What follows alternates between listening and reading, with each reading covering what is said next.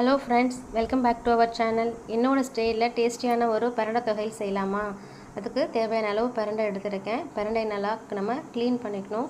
Clean பண்ணுறதுக்கு முன்னாடி கையில் நல்லா ஆயில் அப்ளை பண்ணிக்கோங்க. அப்போ தான் பிரண்டை க்ளீன் பண்ணும்போது கை ஒரு மாதிரி நம்மன்னு இருக்கும், அது மாதிரி இருக்காது.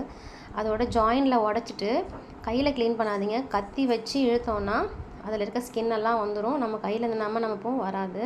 அதை நல்லா வாஷ் பண்ணிடுங்க. அதில் ஒரு வழவழன்னு இருக்கும். அது நல்லா வாஷ் பண்ணிட்டிங்கன்னா டேஸ்ட் நல்லாயிருக்கும். இப்போது எல்லாத்தையும் க்ளீன் பண்ணியாச்சு, வாஷ் பண்ணி வச்சுருக்கேன். இப்போது ஸ்டவ்வில் கடாய் வச்சு 1 ஸ்பூன் ஆயில் சேர்த்துக்கோங்க. ஆயில் நல்லா சூடானதும் அது கூடவே 10 பல் பூண்டு பொடியாக கட் பண்ணின ஒரு வெங்காயம் சேர்த்துருக்கேன். சேர்த்து கொஞ்சம் வதக்கிக்கோங்க. அது நல்லா கோல்டன் ப்ரௌன் வரணும். வந்த பிறகு அது கூடவே சின்ன நெல்லிக்காய் சைஸ் புளி சேர்த்துருக்கேன். புளி சேர்த்துட்டு அதையும் கொஞ்சம் நேரம் வதக்கிட்டு அது கூடவே 3 பச்சை மிளகாய் 2 காஞ்ச மிளகாய் சேர்த்து அதையும் கொஞ்சம் நேரம் வதக்கிட்டு இப்போ இது நல்லா வதங்கிடுச்சு. இதை நம்ம ஒரு பிளேட்டில் மாற்றி ஆற வச்சுக்கலாம். அதே கடாயில் மறுபடியும் ஒரு 1/2 ஸ்பூன் ஆயில் சேர்த்து 3 ஸ்பூன் உளுத்தம்பருப்பு சேர்த்துருக்கேன். இந்த 3 ஸ்பூன் உளுத்தம்பருப்பு நல்லா கோல்டன் ப்ரௌன் வர வரைக்கும் சிம்மில் வச்சு நல்லா வதக்கிக்கோங்க. பாருங்கள், கொஞ்சம் கொஞ்சமாக கலர் சேஞ்ச் ஆகி கோல்டன் ப்ரௌனுக்கு வருது. இப்போ கோல்டன் ப்ரௌன் வந்த உடனே அது கூடவே 1/4 ஸ்பூன் கடுகும் 1/4 ஸ்பூன் வெந்தயம் சேர்த்துக்கோங்க. வெந்தயமும் கடுகும் சேர்த்தா இந்த தொகையில் நல்லா ஒரு டேஸ்ட் இருக்கும், ஊறுகாய் மாதிரி இருக்கும். சேர்த்து அதையும் நல்லா வறுத்துட்டு ஒரு பிளேட்டுக்கு மாற்றி ஆற வைங்க.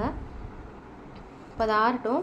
அதே கடாயில் மறுபடியும் ஒரு 1/2 ஸ்பூன் ஆயில் விட்டு நம்ம க்ளீன் பண்ணி வாஷ் பண்ணி வச்சுருக்க பிரண்டையும் சேர்த்து கலர் சேஞ்ச் ஆகிற வரைக்கும் வதக்கிக்கோங்க.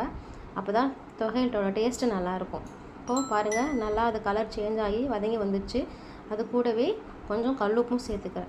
சேர்த்து இப்போ அதையும் இன்னொரு பிளேட்டில் மாற்றிட்டு நல்லா ஆற வைங்க. இப்போ எல்லாம் நல்லா ஆறின பிறகு மிக்சர் ஜாரில் சேர்த்து தேவையான அளவு தண்ணி ஊற்றி நல்லா பேஸ்ட் மாதிரி அரைச்சிக்கோங்க. இப்போ அதுக்கு சின்ன ஒரு தாளிப்பு கொடுக்கலாம்.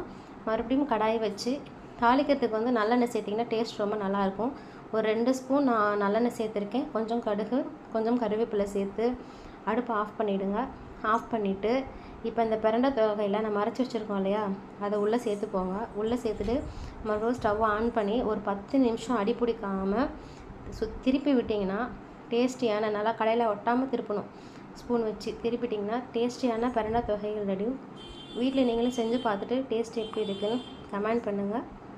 என் வீடியோஸ்லாம் பாருங்கள், ஷேர் பண்ணுங்கள், லைக் பண்ணுங்கள். Thank you friends.